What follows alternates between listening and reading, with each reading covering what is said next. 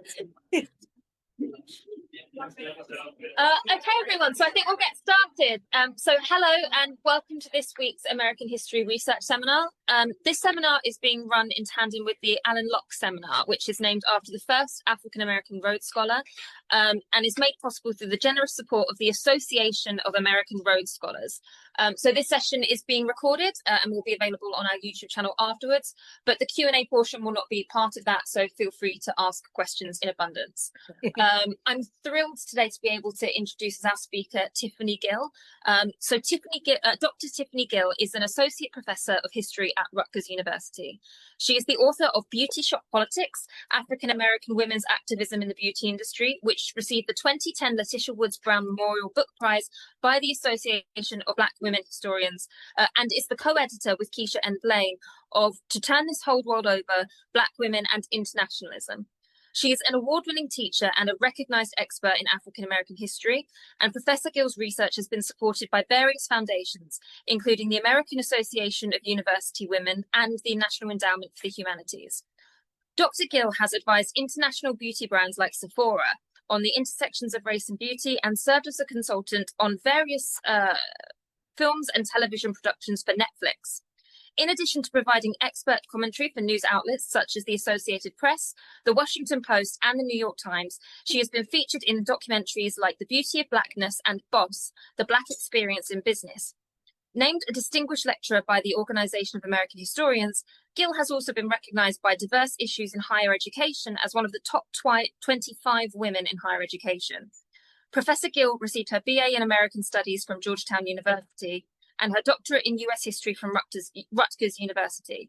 She is currently at work on a book chronicling the promise and peril of African-American international leisure travel since World War II, and is here today to present her paper, A Guide to the Globe, Navigating the Pleasure and Perils of African-American International Leisure Travel. So thank you so much, Dr. Gill. Thank you. Thank you so much, Emma. Professor Gill. Fine. Don't worry, my students call me that enough.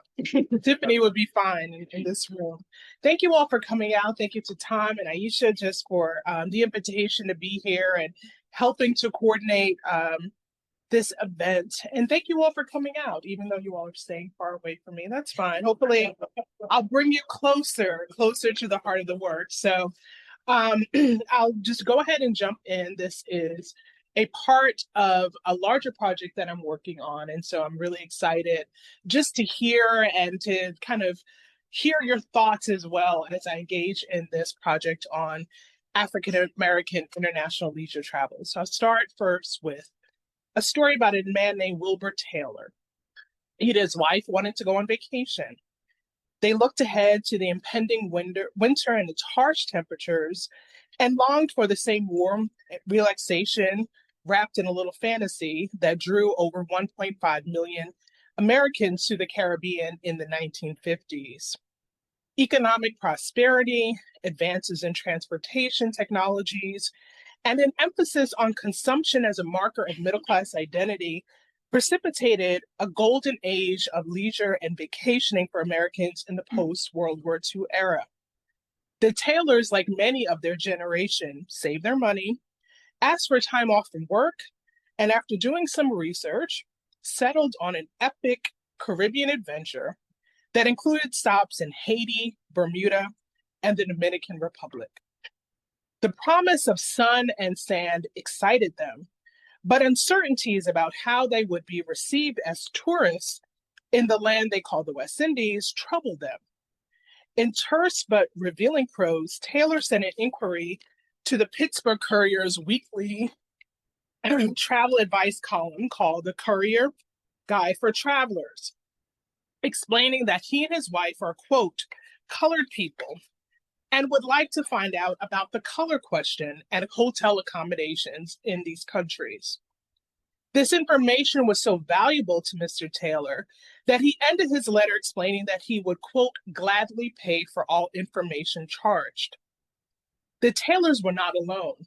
A few weeks earlier, a man by the name of John Bowe of Buffalo, New York, was enticed by an article in the Courier, quote, concerning the vacation bargains that the West Indies offer, and was planning a trip to Havana, Cuba. But, Mr. Bowe explained, I'm interested in the hotel conditions in Havana, and am greatly concerned about segregation in travel and hotel accommodations. While each of the locations these people wished to visit had sizable, and in some cases, majority Black populations, these African American leisure travelers understood that the tourist infrastructure in these nations was established to cater to the needs of white American and white European travelers, and that the enjoyment of white people was often predicated on Black service and Black exclusion. This was something they were familiar with both at home and saw the potential abroad. In many ways, the questions these folks posed were not new. They were ones that African American leisure travelers navigated and negotiated whenever and wherever they traveled. While racial etiquette in the US was perilous and often arbitrary, Jim Crow laws, as well as the knowledge and support gained through word of mouth, allowed African Americans to somewhat prepare for what they might encounter when traveling within America's borders. And much of what we know about the complexities of traveling Black, which was the name of her book, came from the work of Mia Bay, who is down the road, perhaps, and at Cambridge. My UK geography is off, excuse me. That she tells a very interesting and compelling story about traveling Black in the US. However, traveling abroad added a layer of uncertainty. Too few had gone, and different cultural norms and perhaps even languages made the terrain even more challenging to navigate. Furthermore, immigration and international travel laws and practices were especially precarious because they were formal and informal policies that could be instituted through executive orders, local embassies may have policies, State Department decrees at home and abroad, colonial governments, border agents, and even transportation companies themselves. However, I think what's interesting is that travel abroad brought with it a sense of possibility, or at least the illusion that one could possibly escape the consequences of American Blackness, even if just temporarily. That African Americans faced the possibility of discrimination while traveling abroad is perhaps not surprising. However, what is surprising to me as a scholar of African American history is how little we know and understand about the complexities, nuances, and uncertainties of this terrain, and what meanings African American travelers ascribe to attempts to resist, avoid, or even in some cases conceal the discrimination they encountered outside America's borders. So in the time I have with you this afternoon, I just want to give you a glimpse into some of the issues raised in my book manuscript, tentatively titled, you know how those titles go, The Jet Set, Black Leisure and the Pursuit of Liberation. Much of what we know about African Americans abroad comes from the story of artists, intellectuals, and expatriates who left the US often long-term. Instead, the Jet Set centers on the journeys of African Americans whose pursuit of joy and a respite from American racism sent them on short-term vacations abroad. The stories the stories of self-fashioned Black tourists and the ones who built the infrastructure to move them around the world not only complicate ideas of Black American engagement in post-World War II era, but I argue expand even our ideas of freedom and what the stakes were in Black American freedom struggles beyond law and even beyond geography within the US. So what I'm trying to do is to get us to think about the freedom struggle as sort of an international one, which scholars have gotten us to think about, but to also think about sites beyond Birmingham, Alabama, for example, Greensboro, North Carolina, and the sit-ins and the counters, and to really try to understand how these international spaces were also part of the terrain. It's by getting us to think about what it meant for these African-American travelers that you see in these pictures. And it's not lost on me, and especially with Emily here, that most of the people in the images are women, which we could talk about. It's important to the story. I'm not really going to go into it as much in this paper, but certainly to talk about. Some of the questions my book asks are, how were African American vacationers perceived outside the US? Who helped them navigate the terrain to even get to places abroad? How did their experiences abroad impact their battles for freedom once they returned home? And so some of these questions posed in the wake of World War II, which, as many of you know, was such a rich and exciting time in terms of things happening, where everything from the Marshall Plan to faster jet service to decolonization efforts around the world to the civil rights movement for African Americans at home, that all of this was happening at the moment when this sort of Negro jet set, as they call themselves, was emerging. And so my book seeks to historicize African American international leisure travel in order to reconceptualize tourism by centering African Americans within the tourist narrative, which often is not done. Questions about leisure, about class formation, entrepreneurship, political activism, and meanings of global citizenship. So in this talk, I want to focus on Black print culture in post-World War II era, and particularly the way that Black print culture engaged with African-American travel to the Caribbean. Black print media served as a key resource for vacation seekers, hoping to navigate the precarities of the international color line. Indeed, it is no exaggeration to say that the post-war Black press of the 1950s and 1960s was obsessed with travel. And that's really how I got into this story. In my first book about African-American beauticians and the way that they use their salons and spaces as sites within civil rights movement, I came across something where a group of African-American beauticians went on a trip to Europe. They came to the UK, they were in Paris, they took this like epic 30-day trip across Europe. And I was just going into the Black newspapers and other places just to kind of contextualize this trip. And I thought that they were an anomaly until I got into the sources and realized that Black newspapers were full of stories of people like the ones that are in the image behind me going all over the world. And it began to get me to think it wasn't just about those who were actually going, but because there was such a robust discourse, public discourse in Black print media, it had an impact on people who weren't going as well. And so I sort of, wrote the chapter and sort of came back and was just this kind of post-war obsession with African-American travelers and just realized that I hadn't really read anything on it. And so this book is an attempt to understand that phenomenon. Not only did travelers solicit advice in the pages of Black print media, but an eclectic and unexpected group of folks that I call travel boosters wrote articles, manned travel columns, and created guides to discuss and debate the complexities of being a post-war Black consumer, Black cosmopolitan, and Black vacationer. Most of the major Black periodicals, from the Pittsburgh Courier to the Chicago Defender, Baltimore Afro-American, New York Amsterdam News, carried annual vacation sections and weekly advice columns like the one that I referred to. Popular magazines like the Johnson Publication Company's Ebony featured glossy multi-page pictorials, while Jet printed a weekly travel log section.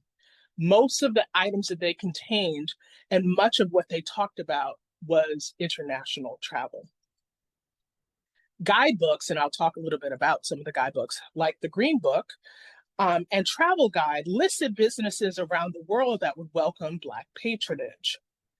Again, certainly only a small percentage of the Black population in the post-war period, although a larger percentage than I think we would suspect. I haven't gotten the hard numbers on it. It's hard to, but just looking from US State Department data and passports and just the kind of ubiquity of it, these were pricier trips, right? That would certainly took a great deal of money and planning.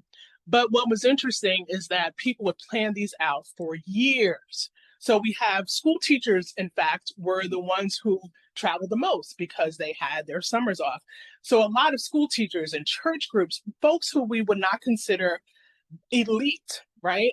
Sort of middle class folks, postal workers, people who worked for the government, were those that would send in money over 2-3 years to go on these trips.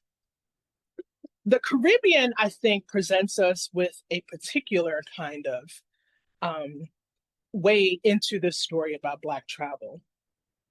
Black print media showcase African Americans' role in the world and their place in it. And when we look at the Caribbean, it's sort of a very interesting place because the role of African Americans and the role they often celebrated contained problematic ideologies about the Caribbean, about a place to escape life, and in this case, of course, escape the harsh realities of racism, and a place where they could indulge their racial fantasies of a utopia in a place where they did not encounter it. Indeed, part of what I argue larger in the book is that taking international leisure travel complicates this idea of Black internationalism or even of Black global alliances in this era, and highlights the ways the intricacies of racial politics in the post-World War II were a lot more complicated than may appear on the surface. So again, the Caribbean will be the site that we examine today. So let's turn back to the Black travelers with whom I began my remarks. What happened to Wilburn Taylor and John Bow? What was the advice they received? First, let me provide, again, some context on the column in which they sent their query. The Courier Guide for Travelers, which was a weekly staple in the Pittsburgh Courier, was the creation of musician turned travel entrepreneur Billy Butler, and was one of the many advice columns, travel advice columns, that filled pages of the Black news press in the 1950s and 60s. And Butler was an interesting guy. His column was an outgrowth of a publication he created years after he had been traveling the world as a musician and band leader. And we'll talk about that publication later on.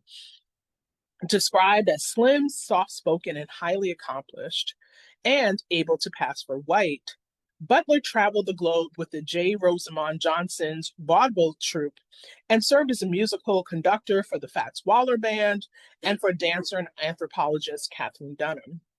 When he reflected on his travels, he realized that he never felt freer than he did when he was outside the US. Hence, in 1947, Butler turned his attention away from his musical career and toward the travel industry so that he could expose African Americans beyond the music industry to the world outside the US. He parlayed his connections into the successful column in the Pittsburgh Courier, the very column that Taylors and Mr. Bow wrote, to get advice on traveling to the Caribbean, and eventually created what was known as the King Travel Organization. In response to the Taylors, Butler offered his company's services to help them create a travel itinerary, and concluded by explaining, quote, pursuant to the color question, there is some prejudice to be encountered, but we can guarantee good accommodations in each of the countries you visit. Indeed, the King Travel Organization, as that he owned, was one of the first fully accredited Black-owned travel companies in the US. And so I think it's sort of very interesting, this sort of interplay between wanting to entice African Americans to see more of the world, giving them sort of a realistic sense that it may not be this racial utopia, but then the entrepreneurial side of it is saying, but we can help you navigate those challenges. Butler's experience not only made him aware of potential challenges, but also made him excited to show the world to African Americans. And it's important, and I follow a couple of travel agencies about how they position themselves as part of the solution. However, Butler's most successful foray into meeting the needs of Black American travelers was creating and distributing Travel Guide, a slim 9x4 pocket-sized guidebook designed to help African Americans plan their leisure travel. Butler gathered data by creating a survey by mail and sending it to his wide range of friends and contacts, particularly those in the music industry, to get feedback on places around the world that welcomed Negro patronage. Butler's travel guide entered a saturated market. African American travel publications date back to the 19th century. However, from 1930 to 1960, almost a dozen guides similar to Butler's circulated in and out of publication. They emerged to meet this growing demand for Black travelers for safe and enjoyable leisure options, both at home and abroad. There was one that I want to sort of highlight before I get more into the travel guide and its better known counterpart, the Green Book. There was one that I thought was really interesting that was called the Negro Travel Guide, not to be confused with just travel guide. And that was a brainchild of a man who was a Tuskegee pilot during World War II. And the constant process of transferring from one base to another throughout Europe alerted him to the challenges as well as the possibilities that other Black GIs found when trying to find hotels, nightclubs, and other leisure spaces that would be friendly to them. While his short-lived guide featured destinations in the US, he highlighted locations in the so-called tropics.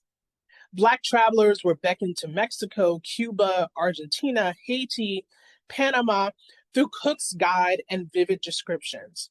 Cook, like Butler, saw his guide not only as a part of a larger movement to help African Americans travel abroad, but he saw it also as a larger strategy that African Americans could use against racial injustice.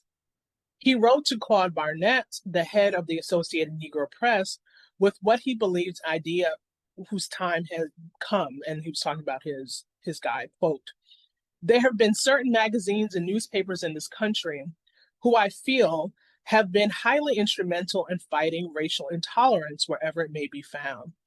Any force designed to bring about better harmony among the races of the world, whether it be through the medium of the press or through other mediums, can truly be labeled a fighting force for democracy and world peace." So, in other words, he saw the creation of this guide in a much bigger sense and saw it as part of the ways that African Americans have used the press and print media in their fight against racial injustice and the fight for, as he says, democracy and world peace. Now, back to the Green Book. Of all these guides, the Green Book in particular has garnered the most scholarly and popular attention in recent years.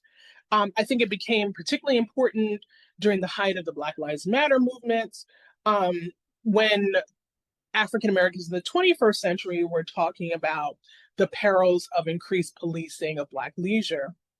And so there was a particular, I think, resonance that these guides had. There's even been a recreation of Green Book guides in the hands of 21st century travelers. And the Green Book was a pocket-sized travel guide created by Harlem-based mail carrier Victor Green in 1936. It started originally as a local guide for New York, but then would expand to alert Black travelers to Jim Crow laws across the US and to provide lists of hotels, private guest house, eateries, pharmacies, beauty, and barbershops that would welcome Black patronage. The Green Book was, again, as we can see, not the first African American focused travel guide, but it had the longest publication run. And recent digitization of the Green Book, you can look at most of the run of the Green Book online through the New York Public Library. It has led to lots of scholarly and even artistic treatments of the guide, including the Oscar-winning Hollywood film, which I had a huge number of just problems with problems. We can talk about that in Q&A, how problematic of the book that film was. And I think what that film was emblematic of the way that the Green Book is sort of a prop or, kind of a way to signal that there was segregation happening. So it literally is used as a prop in the film without really getting into it. But I think even, Hollywood aside, scholars and artistic and museum curators have also, I think, looked at the Green Books narrowly. They have emphasized the way that the Green Books counter narratives about automobility and constructions of road trips as an exercise in freedom by showing that these books were necessary, these guides were necessary for African Americans to navigate through intense racial violence. And certainly this work is important.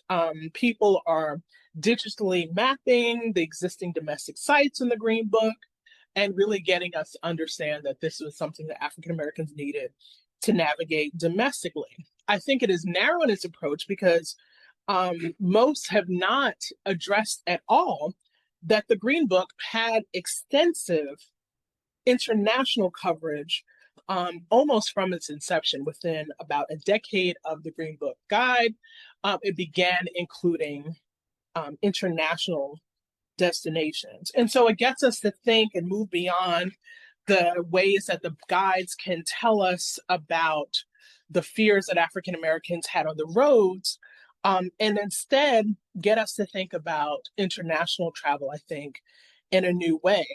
And so starting in 1914, just 13 years after its inception, the Green Book began including listings for Negro-friendly venues in Bermuda, Mexico, and Canada.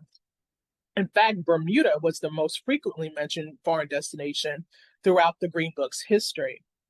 Direct descriptions of Bermuda focused on its, quote, startling clarity of sunlight, the gentle tropical sea, and the special flash of white roofs. However, what's interesting about the Green Book guides is that they make no specific mention of how African Americans might be treated there. However, one thing about the Green Book, it didn't ever explicitly engage racialized language, and we'll see the difference between that and the travel guide, which was very much let people know. So the Green Book often used euphemisms about racism, even when they talked about domestic sites. So I think that the language about Bermuda being a place of, quote, coveted ease or, quote, relaxed living fit in with the Green Book's use of euphemistic language to describe what they considered the absence of racism. This was reflective of the Green Book's overall approach.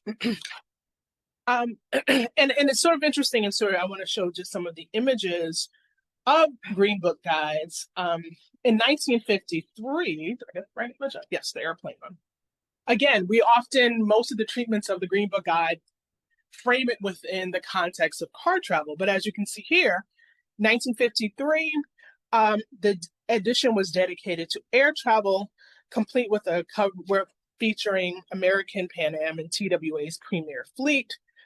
Each successive Green Book guide included a wider range of countries. In 1955, it had added a section called the Caribbean. That's the wrong one. But even in that, you can see sort of the imaging right between there, that it's about sort of a global vision. And these are some of the international expansion that we see in the guides. Again, just right there on the cover, Mexico, Canada, and the Caribbean. And you can see in sort of the imaging there, the visual imagery depicting the Caribbean as a place for African Americans to vacation freely. I found this image in Barbados of police officers, Black policemen. And again, thinking of the subtle ways that that the Green Book would sort of make sort of nods, sort of looking at police. Yes, they dress differently and they're on boat, and that's different than the US, but also the invocation of a police officer in spaces and to people and populations who have seen police as very harmful, I think is an interesting one. And when it ended publication in 1967, this was its cover. And it was dedicated, this issue and the issue previous were dedicated solely to international travel. So one thing I think we can think about, right? Like, what does the presence, and this is something I'm grappling with, the presence of these international destinations within the Green Book, right? The Green Book's tagline was, "Don't forget your Green Book, you might need it." And I think that that's sort of a double thing when we think about international travel, that tagline, "Don't forget your Green Book, you might need it," can function both as a warning and an invitation, right? That you needed to like go to these places. But, is there messaging, for example, that these spaces, the international spaces, have some difficulty, so you need to know where it's safe. On the other hand, sort of an enticement of that. Travel Guide had a very different approach. And I find, just as a scholar, Travel Guide way more interesting than the Green Book, and so I've always wondered why. And it's available. Also, has not been digitized, but I find it a much more interesting source, and so it's always interesting to me that the Green Book is the one that people talk about more. First, Travel Guide was international from the start, undoubtedly influenced by its founder Billy Butler, who I talked about before. He built it as an authentic guide for all peoples. The first travel guide was published in 1939. It took a hiatus during World War II and then returned with a bevy of Black entertainment luminaries like Canada Lee and W.C. Handy as part of its board of advisors. And while the publication's covers often feature cars, similar to the Green Book, Travel Guide did not sort of get caught up in this narrative of the freedom of automobility or the open road theme as much as the Green Book. In fact, it was decidedly, as I said, cosmopolitan and global from the start. The first issue after its hiatus include listings from the British West Indies. The images, I think, are really interesting because unlike the Green Book, which often had drawings, or even in that last Green Book, sort of cartoonish drawings, Travel Guide would use images of actual Black travelers. And these images were taken by the photographer, the brother duo Morgan and Marvin Smith, who would go down to Idlewild Airport, which is now John F. Kennedy Airport in New York, and go down to the ports and get pictures of actual Black travelers, which I thought was really interesting. By 1949, Travel Guide adds as its tagline, vacation and recreation without humiliation, and use the globe as its symbol. In terms of destinations, Mexico, the Bahamas, Jamaica, Cuba, Haiti, the British Virgin Islands. It also included international ads, like the one from Kingston, Jamaica for the Mimosa Private Lounge. And it started advertising itself, the Travel Guide that is, as a complete travel organization that could get you to anywhere around the world. Unlike the Green Book, which used that euphemistic language to address the conditions and dangers that brought about its necessity, Travel Guide confronted these issues head on. Billy Butler explicitly linked the ability to quote vacation and recreation without humiliation to the larger Black freedom struggle. Butler had among its sponsors for Travel Guide the National Urban League, the NAACP, the American Civil Liberties Union, and unlike the Green Book, which focused almost exclusively on highlighting Black-owned and Black-friendly businesses, Travel Guide understood that no booklet could insulate African Americans from their encounters with racism at home or abroad. So they also included the name, particularly around domestic travel, that in every location and in every state, there was a number of a local NAACP office, just in case folks ran into trouble, even if they were being careful.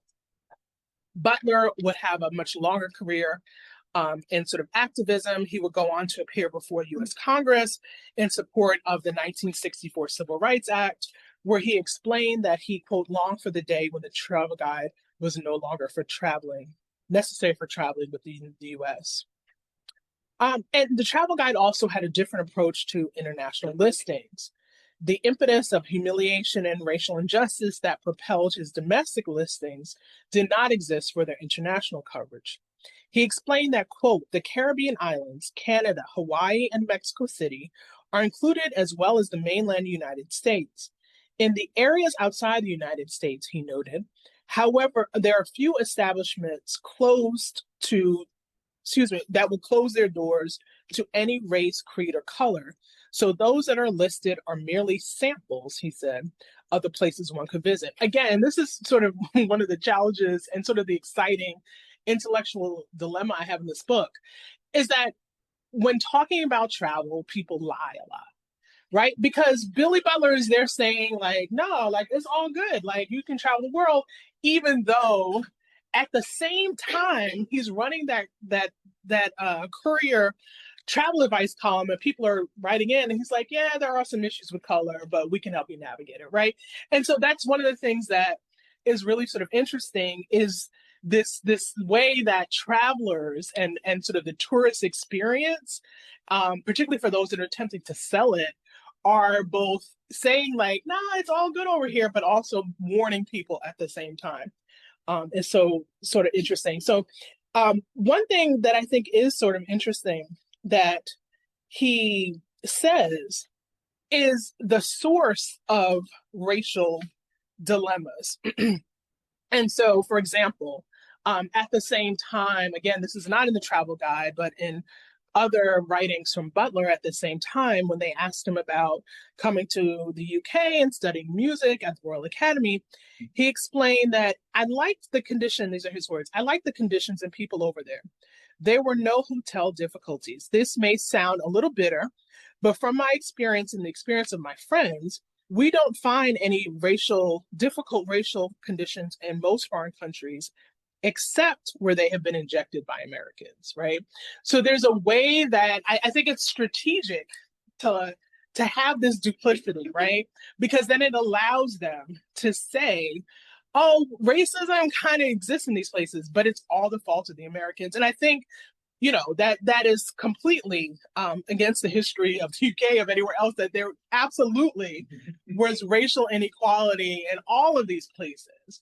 But I think that it's strategic, and it becomes sort of a strategy of saying, look, we're treated great in other places. It's the US problem. Anytime we encounter this, it comes at the hand of the US, which to me becomes a way that they excite people to fight against US racism. And again, think about this in the context of when it's happening in this Cold War moment, where sort of embarrassment as a strategy, and tourists are very much a part of that. But that line about racism being injected by Americans is something that I find throughout the book that I study. So again, you know, I just find people lie. Like, for example, even in early examples of folks who had explicitly racist experiences will come back and write, when you read their diaries or their personal writings, will come back and write to the Black press and say, actually, I never experienced any racism, even though they couldn't get into hotels or they couldn't get into these places. So again, I think tourists are engaging in a certain kind of strategy. Now, I just want to end with, how are we doing time? Okay. I want to end with my discussion of probably, or not probably, what was the most important manifestation of African American print culture in the post-1945 moment, or the post-war moment, and sort of thinking about John Johnson's publication company and the entrance of Ebony magazine in 1945. And of course, Ebony magazine is based on Life magazine. It will become the premier chronicler of African American life in the 20th century. And from it, what was very interesting to me in thinking about Ebony, from its very inception, oops, wrong. Oh, I missed it. From the very inception, the magazine, this is from 1946, so a year after its publication, the magazine encouraged African Americans to travel abroad, right? You can see just even from the image on the right there. And what's interesting to me, I want to hone in a bit on this particular article that they talk about, which was written by writer, activist, poet, Langston Hughes. Certainly it's not someone that he wrote a lot for Ebony. You know, Langston Hughes was a poet, he was trying to make money. So he was writing these articles. And a lot of times he would write these travel articles. And so he wrote this one for Ebony about the Caribbean in 1946. And he informed Ebony readers that they're missing out on, quote, the perfect vacation spot. He says that Jamaica was easy to reach, inexpensive, and more importantly, prejudice-free. He beckoned Negro Americans to take the 8-hour flight from New York via Miami to bask in all that Jamaica had to offer. And while he said the island's, quote unquote, English African charm, plentiful rum, and pristine beaches all made for an enjoyable stay, for Hughes, Jamaica's greatest asset was the kind of social dynamics. And he says, quote, "The Jamaicans are a most amiable people. and they have no obvious color lines. At least I didn't run into a color line, and I was there for a month. Hughes, who had visited Jamaica many times, described that that wasn't always the case. Quote again, in the days when the Myrtle Beach Hotel belonged to the United Fruit Company, and he says in parentheses, an American firm, God help us. So again, the sort of racism is the scourge of America. They told me that Negro guests were not particularly welcome and were put in attic rooms if received at all. But now, he continues, the hotel belongs to the Issa family, Syrians, he has in parentheses, and the color bar is broken. Again, echoing that sentiment that American racism being spread was the problem. Among Jamaica's other positive attributes was that, quote, Jamaica is just different enough not to be confusing. Its customs and food are exactly like our own, yet they're not so foreign as to be disturbingly strange. And these are Hughes's work. Hughes, who was often seen as sort of a central figure in Black history, but also in Black international history. And he continues, and one great advantage is that you don't have to learn a new language, like if you went to Cuba or Haiti. Hughes basked in his surroundings, painting a racial utopia for Ebony readers, one where segregation existed not by virtue of law, but by glorious demographics. Quote, he says, everywhere along the highway and in the city street, everybody was colored. Some 98% of the population is descended from African slaves. Not until we get into the very center of town did we see any white people at all, and then not many. He ended the piece exclaiming that, quote, Jamaica is a calm and beneficent island with few plagues. Certainly it is not plagued by Jim Crow, which is a great blessing for colored vacationists, end quote. So Ebony publishes this piece, and a month later they get a letter from the editor, and sent the letter to the editor that they published by a, quote, self-identified native Jamaican named W.A. Domingo. That's Hughes. And that's W.A. Domingo, who was currently living in New York City. Now, many readers of Ebony would have been familiar with that name. Domingo was a Jamaican activist and journalist. He was once the editor of Marcus Garvey's newspaper, The Negro World. He was a strong advocate for Jamaican sovereignty. He was a leader in the African Blood Brotherhood, as well as Socialist Party branch in Harlem. While he agreed with Hughes that there was no more beautiful spot on earth than Jamaica, and this is his words, he took great objection to the depiction of the island. Quote, it is when Mr. Hughes attempts to discuss the existence or non-existence of color prejudice that I find myself in total disagreement with him. There is color prejudice in Jamaica, he makes clear. To the average American of color, he says, the color line in Jamaica is not obvious, to use Mr. Hughes's word, but that does not preclude that it exists. Domingo then went to refute Hughes's analysis of specific places with incidents of their own. For example, while Hughes marveled that, quote, tan-skinned youngsters from the better families play freely at the swimming pools of a hotel, the author described an incident just a couple of years ago where a Black man, who was the editor of one of Jamaica's leading publications, was denied entry into that same pool. Throughout the letter, Domingo was certain to distinguish the difference in the treatment of lighter-skinned Blacks and darker-skinned ones on the island, perhaps as a way to get the lighter-skinned Hughes to acknowledge that his own experience on the island may have been impacted by his skin color privilege. To further underscore this point, Domingo indicted some of the very nightclubs that Hughes lauds for being integrated spaces for their blatant colorism. And then he talks about, again, another example. So for everything that Hughes sort of showed, Domingo would show something else. And so he ends the article by stating, in no uncertain terms, that there is indeed color prejudice in Jamaica. However, he wanted the readers of Ebony to recognize that the practice and exclusionary practices came not just from whites, but also from those that he identified as people of mixed blood. And he takes direct aim at Hughes before the letter ends. It's a really long letter. I was surprised Ebony even published it. where he explained that, quote, an American Negro, if he's not very black or very dark, if well dressed and possessed of money, I guess he can go anywhere the visibly mixed Jamaican can go. In fact, he is welcome. But the dark skinned American Negro, and then he says in parentheses, which is interesting, especially a woman, is likely to run into embarrassing situations. And so, again, just this discourse, this diasporic discourse, where Hughes is sort of lauding Jamaica as this sort of racial free utopia, and Domingo is quick to counteract that this is happening on the pages of print culture that Ebony publishes, again, shows the robust conversation around racism. So just to end, for all the information shared in Travel Guide, Green Book, and Ebony, the myriad travel advice columns in the Black press, none of them address that for African Americans, leisure travel could be a source of peril and humiliation, as well as a place of escape.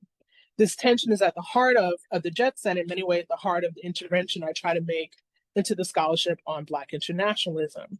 My work seeks to expand the Black internationalist archives beyond international conferences, letters exchanged between activists, and literary tomes calling for people to unite to overthrow their oppressors. All these things are important, but I want the archive to expand to include travel guides, columns, things sold for a dime at gas stations, discourse in Black press, postcards, photographs, souvenirs, and other kinds of visual culture.